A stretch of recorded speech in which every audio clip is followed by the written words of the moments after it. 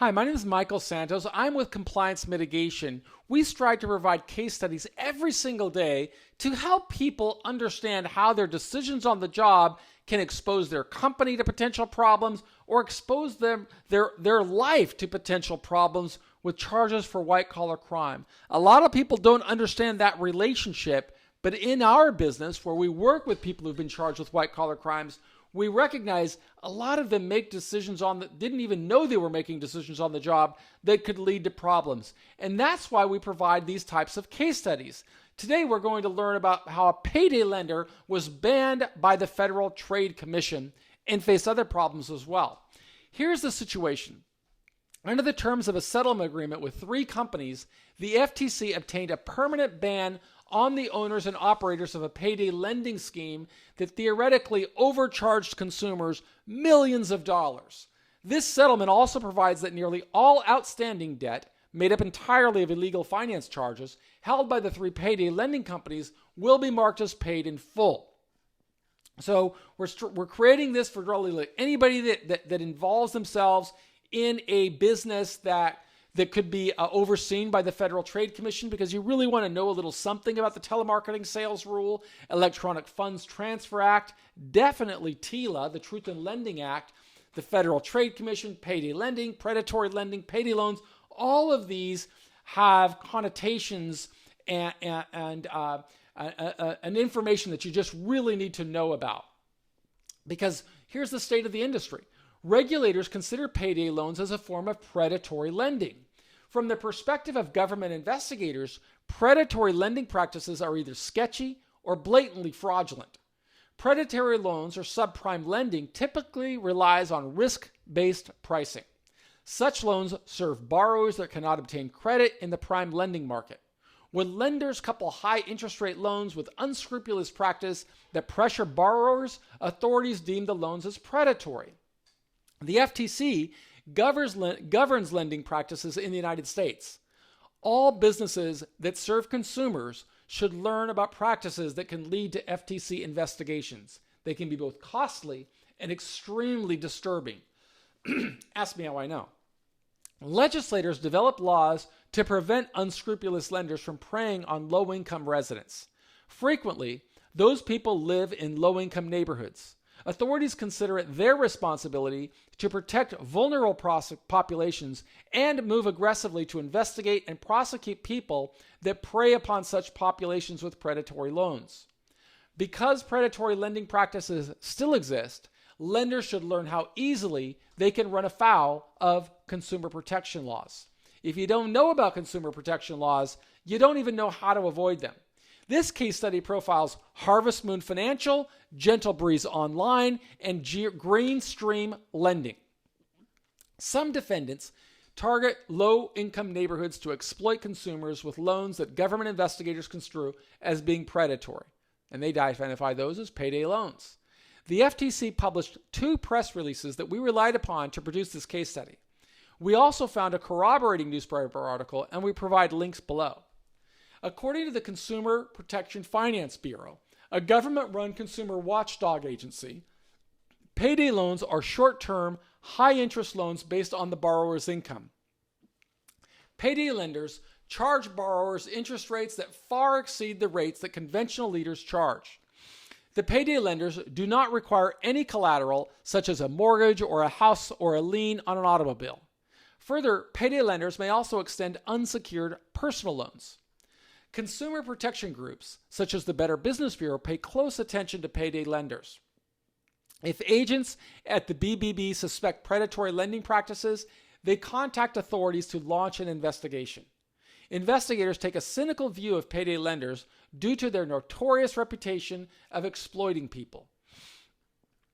Payday lenders have a history of charging extremely high interest rates, and they target people that are unlikely to repay on time, trapping them into a vicious cycle of debt.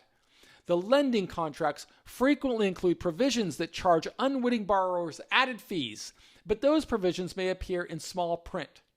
Since consumers do not see the requirements so readily, government investigators believe the lenders to act deceptively. 2 notorious industries that use predatory lending practices include auto financing and pawn shops. So if you work in one of those industries, you definitely want to pay attention to these case studies. According to the FTC, HMF, GBO, and GSL used deceptive marketing. They schemed to convince consumers that the terms of their loans would result in a fixed number of payments, repaying the loan in full. But the FTC's investigation found that consumers paid on loans for far longer than the consumers anticipated. The lenders locked borrowers in a cycle of paying interest rates without reducing the principal. According to the FTC, the lenders deceived consumers because the consumers did not know their payments went to serve finance charges rather than reducing debt.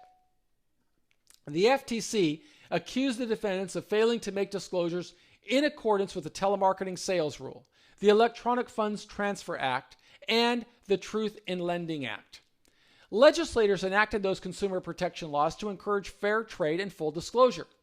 In May of 19, the U.S. District Court for the District of Nevada entered a temporary restraining order against the three defendants. The restraining order required the defendants to cease operations, and it froze all of the defendants' assets. In addition, prosecutors filed criminal information with the court. Instead of going through a lengthy trial, the defendants chose to settle the case. The terms of the March 2021 settlement permanently prohibit HMF, GBO, and GSL from making loans or extending credit of any kind. The settlement includes a monetary judgment, get this, $114 million. So it's partially suspended, but that judgment hangs over their head for the rest of their lives. And if they violate the terms of their agreement, they're vulnerable. Further, the settlement required defendants to turn over corporate and some personal assets, along with several vehicles, to a federal receiver. The federal receiver will wind down and liquidate the businesses and provide all proceeds to the FTC, and you can be sure that the receiver of that will take a substantial cut of those revenues. In addition, as part of the settlement, the FTC put other terms and restrictions on the defendants. Lenders and the team members that work for predatory lenders should understand laws and regulations to avoid becoming subject to sanctions that could cripple the business and lead to criminal sanctions for white-collar crimes. In order to avoid the investigation and prosecution by the FTC, we recommend that lenders should implement compliance training that teaches all team members about ethical lending practices. People that work in the lending industry should have a full grasp of laws governing predatory lending practices. The Department of Justice offers guidelines that prosecutors follow when determining whether to bring criminal charges against a company. If the company can show that it has learned from the industry, the company may build arguments that favor deferred prosecution agreements. Compliance training represents a great defense mechanism that companies and people that work for companies can use to protect themselves against accusations of fraud and unethical lending practices. Look, our entire team has gone through government investigations. We've gone through federal prison. We've served time along those people, and we work with people every day that are facing federal sentencing. That's why we know how to prepare them for mitigation and lower strategies. But we also want to reach out to people like you who are not brought into the criminal justice system. We want to help you understand, put compliance programs in place, protect your company, protect yourself, take advantage of our motto, we did the time so you won't have to. I am Michael Santos with Compliance Mitigation, and I want to thank you for being a part of our community.